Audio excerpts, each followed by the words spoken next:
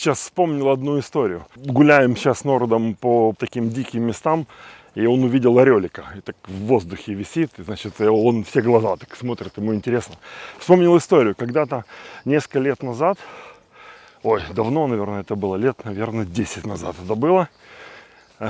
Дело было зимой после дождя, погода такая, сильный ветер, то дождь, то солнце. Еду по трассе и вижу, как на обочине кувыркается птица. Прямо на обочине дороги. Непонятно какая, много крыльев в разные стороны, такие мотыляются что-то. Я подумал сразу, о, машина зацепила. Но проехал уже это место. На следующем развороте развернулся, возвращаюсь обратно. Еду по обочине, вижу такую картину. На обочине лежит орел. Крыло в сторону, я думаю, ну все, машина, наверное, ударила. Значит, беру перчатки, футболку какую-то свою в машине нашел, рабочую, и иду, значит, к нему по обочине. И иду, и он буквально там метров, наверное, за 10, как начинает кричать, просто типа «не подходи!».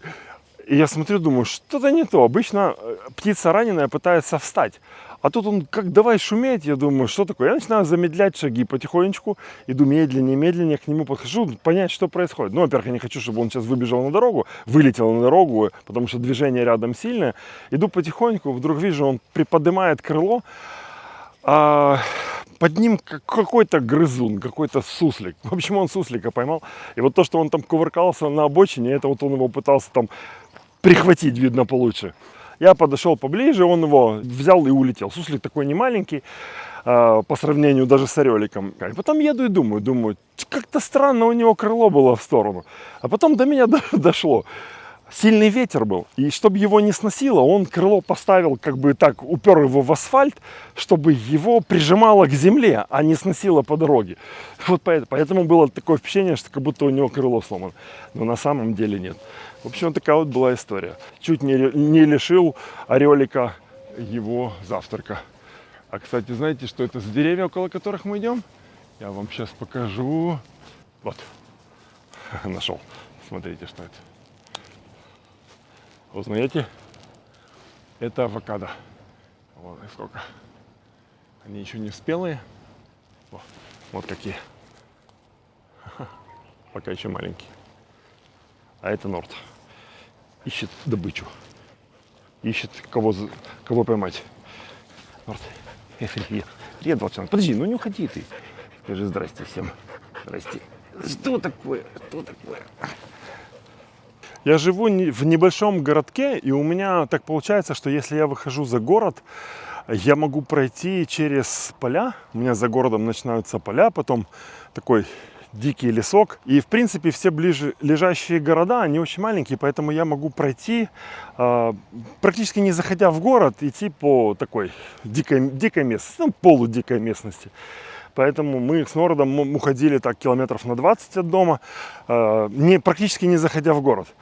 И ну, вот есть такие места там, где поля. Это, кстати, тоже авокадо, по-моему. Да, это авокадо. А впереди, вот там начинается такой смешанный лес.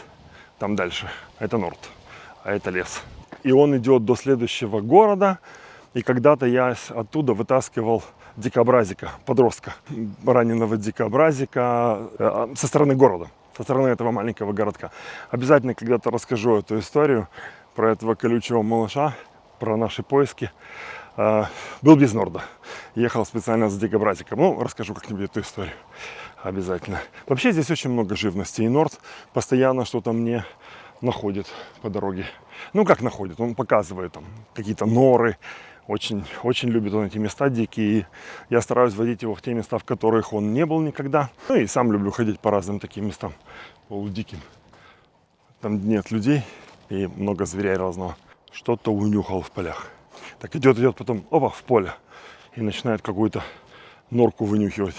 Я все время слежу за ним, чтобы его никто за нос не цапнул. А то это ж такое чудо.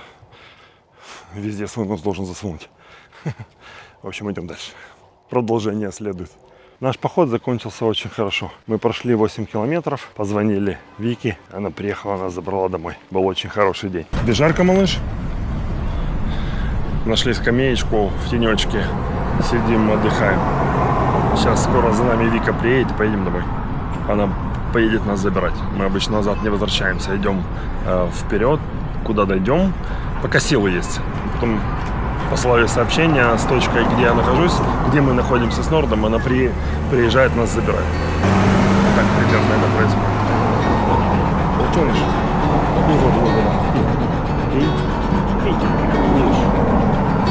Жарко. Время сейчас 9 часов, начало 9, уже жарко. Поедем домой.